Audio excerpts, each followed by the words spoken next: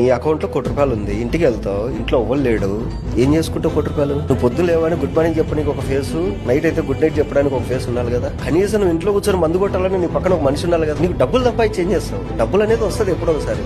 మన కోసం అంటూ ఒకరు ఉండాలి కదా ఎవరికన్నా. ఒకప్పుడు ఏంటంటే పల్లెటూర్లలో ప్రేమలు ఎక్కువ అంటారు. ఎందుకంటే పల్లెటూర్లలో ఒక ఇంట్లో ఒక కొడుకు, ఒక తండ్రి, ఒక తాత. వాడు చిన్నప్పటి నుంచి వీళ్ళ నాన్న వాళ్ళ నాన్నని ఎలా చూస్తాడో వీడు చూసినాడు. చిన్నప్పటి నుంచి వాళ్ళ తాత వీళ్ళ నాన్నని ఎలా ట్రీట్ చేస్తాడో వీడు చూసినాడు. కాబట్టి రేపు పెద్ద అయిన తర్వాత నేను కూడా మా నాన్నని ఇలాగే చూసుకోవాలి అని ఫిక్స్ అయింది.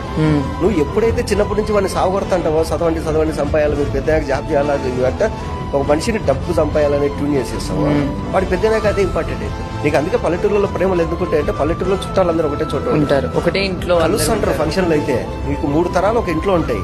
నీకు ఎక్కడ సిటీలో 3 తరాలు ఉన్నాయి ఒక ఇంట్లో?